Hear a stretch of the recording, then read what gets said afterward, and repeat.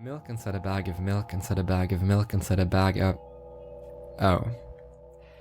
I have my own strange relationship with the letter. Let us not speak more of it.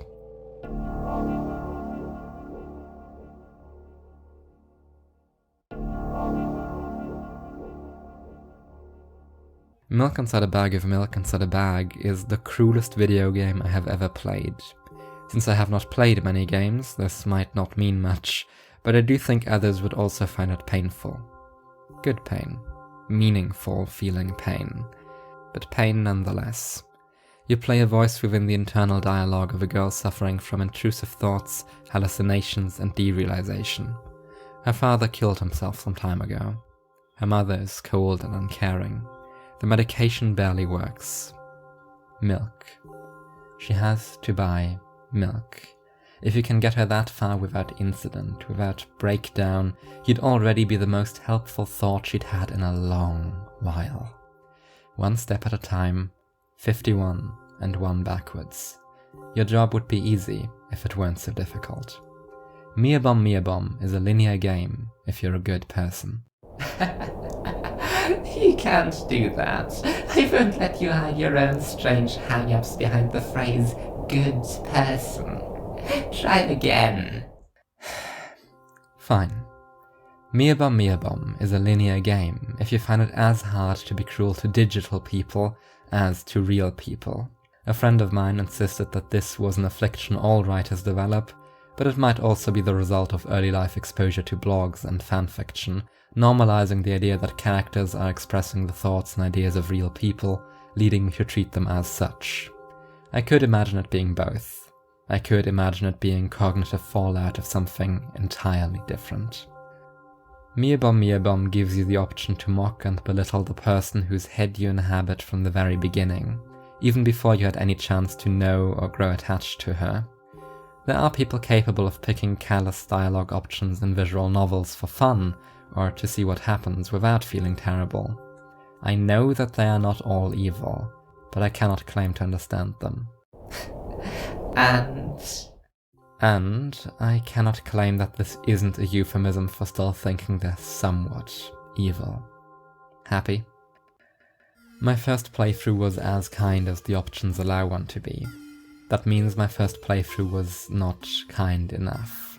With every loneliness-dripping text box, I wanted to crawl into the screen, to shout better motivation, more empathetic thoughts, the neurotransmitter equivalent of a fucking hug into her head, but Mia Bomb does not have a button for that.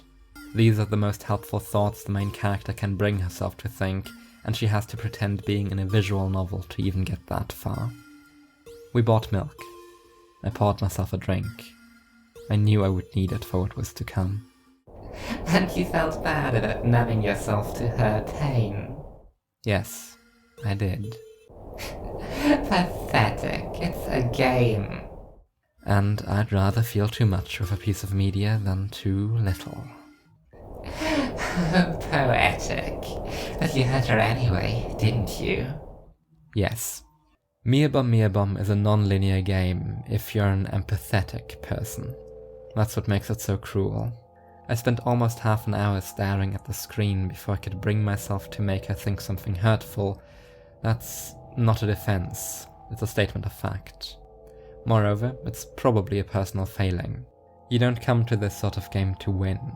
If winning under these circumstances meant anything at all, the reward wouldn't be milk. You came to feel, and it's too late to turn back now. I made a person hewn from lines of code and monitor flickers engage in psychological self-harm that day.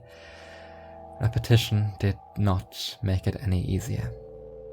When they say you don't know a person until you saw them at their lowest, they're right. Or at least they're less wrong than normal. There's a reason why the cruel options exist, and it isn't to cater to some sadists who want to mock a mentally ill girl. Those people are not playing. The cruel options are there because they're always there. They are what seeps out of the dark sludge enveloping her mind when you aren't helping, when the pills aren't helping, when nothing is helping. It's the kind options that are the anomaly. Meerbum's protagonist doesn't usually manage to buy milk. She tells you as much. The player who emerges bag in hand and closes the program never to return has followed her through a spectacularly good day. The kind that comes around once in a blue moon and left as though that solved anything. As though there would stop being bad days just because she made it through this one. To play Meerbum only picking the good options is to avert one's gaze from the pain. You know she wouldn't always be thinking this. You're pretending because it's easier. Because you know what it feels like to think the bad thoughts. You know how they beckon sometimes. How they scrape. You owe this girl to listen to what her demons sound like, to understand and empathize. You owe her to come along even on a bad day, because you can leave her mind. She can't. Milk Inside a Bag of Milk Inside a Bag of Milk is a visual novel that pits understanding and helping against each other. It does this to hurt you, and it does it well. But the pain isn't meaningless, or at least it doesn't have to be.